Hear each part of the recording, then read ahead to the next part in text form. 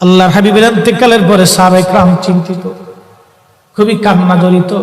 ছোট্ট একটা গাঠুরি বেঁধে বেলাল আসছে, হযরত আবু বকরের সামনে দাঁড়ায় বলে, আবু বকর বিদায় দাও, মদিনায় আর থাকবো না। কেন রে বেলাল, কি জন্য মদিনায় থাকবে না? কিসের অভাব, কিসের কষ্ট?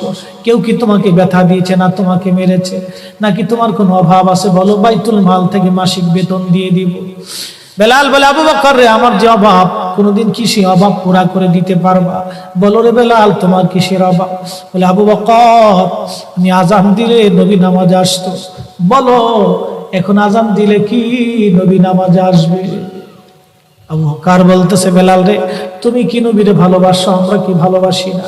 বেলাল বলে, আবু বকর, তুমিও ভালোবাসো, আমিও ভালোবাসি। শোনো গো আবু বকর, তোমরা নবীজির রওজা শরীফ দেখলে সহ্য করতে পারো? আমি বেলাল যখন আজান দিয়ে নবী রওজা শরীফের দিকে তাকাই, আমার কলিজা গুলি ফেটে ফেটে আসে। আমি বরদাস্ত করতে পারি না, সহ্য করতে পারি না। মদিনাতে দাঁড়ায় থাকবে, দুই রকমের হাজি পাবে।